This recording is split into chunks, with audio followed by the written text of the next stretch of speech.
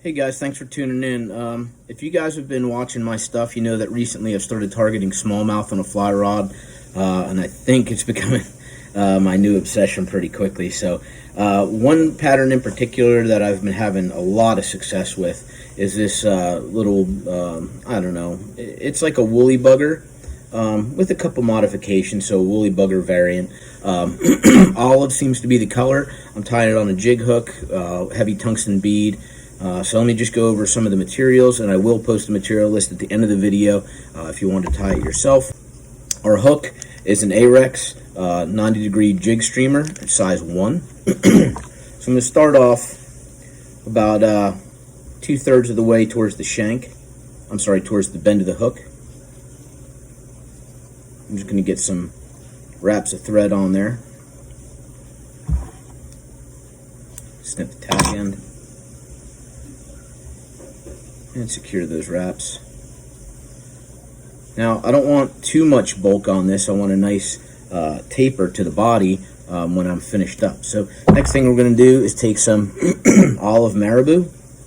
We're going to select a couple of good feathers off of there, maybe 2.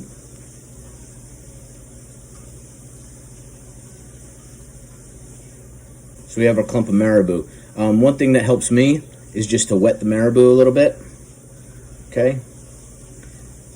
And just get all those fibers back together. It just seems to be a little bit easier to tie in after the fact. Okay, so we have that there. Brush off any of those small loose fibers that are just going to get in your way. And I'll make that just a little bit longer, maybe 1 1/4 times the length of the shank of the hook. And we'll set that directly on top of our hook at the tie-in point. Now what I do is I soft loop once and then twice. Now right now I'm not really applying any pressure, so in order to keep the material from spinning around the hook, I'm going to go ahead and apply, now that I've done soft loops, upward pressure. And that's going to help me to secure that in place at the top of the hook, right where I want it. So see, there you go. And we'll even out some of them fibers. Now, before we go rapid forward at all, we want to take this excess material, okay? So we're going to use this to bulk and taper our body a little bit. Right about there is good. If you notice, I left this little space, and I'm going to show you why here later. So I want to wrap forward, okay, around the excess material, and I'll kind of slide my fingers forward as I do it to kind of wrap that in. Okay, and these don't have to be super tight wraps. Now, if you can see, I have a nice, bulked up, tapered body, and I'm going to wrap back around. It's not necessary to cover every square inch of that excess material just yet, because we are going to be using some polar chenille. And for a little bit of flash, I'm going to add in some copper flashback material, just 2 small strands. I think it gives a nice little movement, nice little extra bit of flash, even though I don't necessarily think you need it in this pattern, but we are fishing for smallmouth and a very sight-oriented fish. So here we go.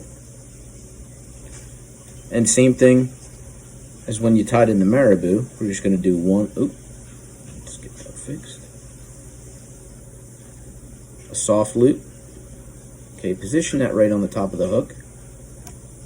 And another soft loop. And apply upward pressure with your thread to cinch that down. Now we can clip our excess. And take a few securing wraps. Next thing I have here for our body is some olive polar chenille. I really like this material. It gives a good bulk and a good flash. So before I go tying it in, what I'm going to do is I'm going to kind of brush all those fibers back and kind of neaten it up. When you get it out of the package, it's kind of matted and tangled, and you have to work it a little bit, okay? So on the side closest to me, I'm going to go ahead and tie this in. Same thing, soft loop, upward pressure, and now I can begin making my wraps forward.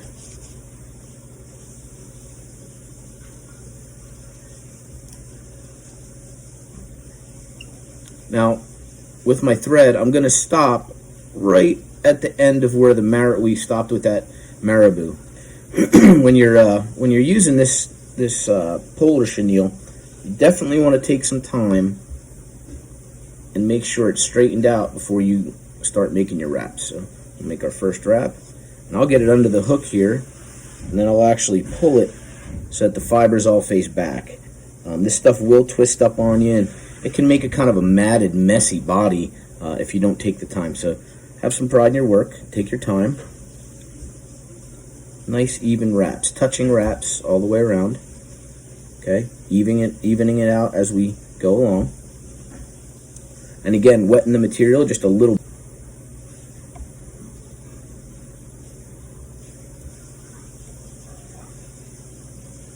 All right, and now we're right to where we stopped our thread wraps. And I like to pull up and kind of neaten this up before I go ahead and start tying in. I don't want, chenille facing forward. So I'm going to take one wrap, snug it down, a second wrap, just snug it down, and we can get rid of the excess. So you want to brush back all your material. Again, we want a nice, somewhat neat fly that has a good motion, good articulation in the water. Okay, secure that chenille. Now we're going to wrap down to the bend of the hook. And what we're going to do is create a nice base for a hackle collar. Okay, so we want to make sure there's a bit of a taper, but that basically you have a smooth surface to work with. There you go. I don't know if you could see that. We have a nice smooth surface. Okay. Next thing I have is a hen saddle. Okay, an olive. So I'm going to go ahead and select a feather, maybe a longer one. About that big. So I'm going to grasp it by the tip. I'm just going to brush back all these barbs. Okay, so I have something like that. And I'm going to tie it in by the point of that feather.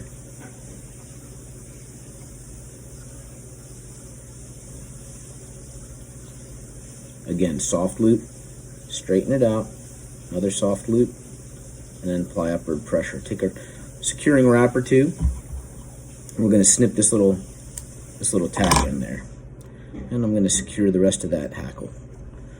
I'm going to take our hackle pliers. Okay, yeah, let's get rid of that. It's kind of gross. Okay, here's where you want to kind of brush your barbs out and neaten everything up just a little bit. Okay, and we're going to begin wrapping. As much as you can, you want those hackle fibers facing backwards. So it does help if you kind of brush back towards the bend of the hook as you're doing this. We don't want a real heavy collar, just a little something to kind of finish off the fly. And I'll wrap as much as I can with this one feather. I think that's going to about do it for us. So again, we want to neaten up these barbs, brush some of the stuff back. When you go to secure this, you kind of want to move your thread back and forth so that you're not catching too many. I mean, you're going to catch a few, but we want to minimize that as much as possible. Okay, I got 2 securing wraps. Now I'll go ahead and snip the excess. Pretty good. So wet those barbs there a little bit and brush them back. And now we want to take some securing thread wraps.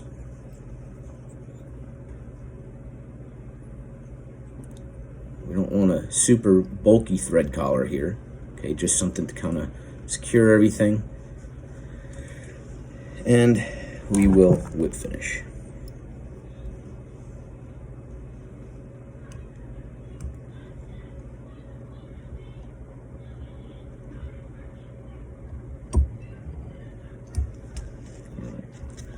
And now we can snip our thread. So the last little step, so we're going to go ahead and apply some Loon Olive UV resin. And what I'm going to do is I'm basically just like I would do for a Euro nymph. Okay, I'm just going to use it to secure those thread wraps and secure the bead.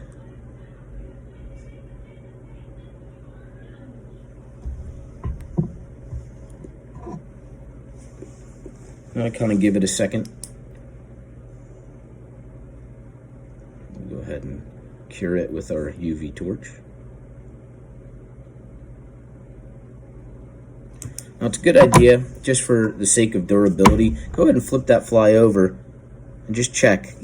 It doesn't have to be covered, but you do want some resin on the bottom of those wraps. So there you have it, guys. Pretty simple tie. Great fly for smallmouth bass.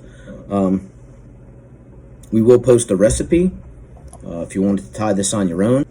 Good luck, tight lines, and thanks for watching.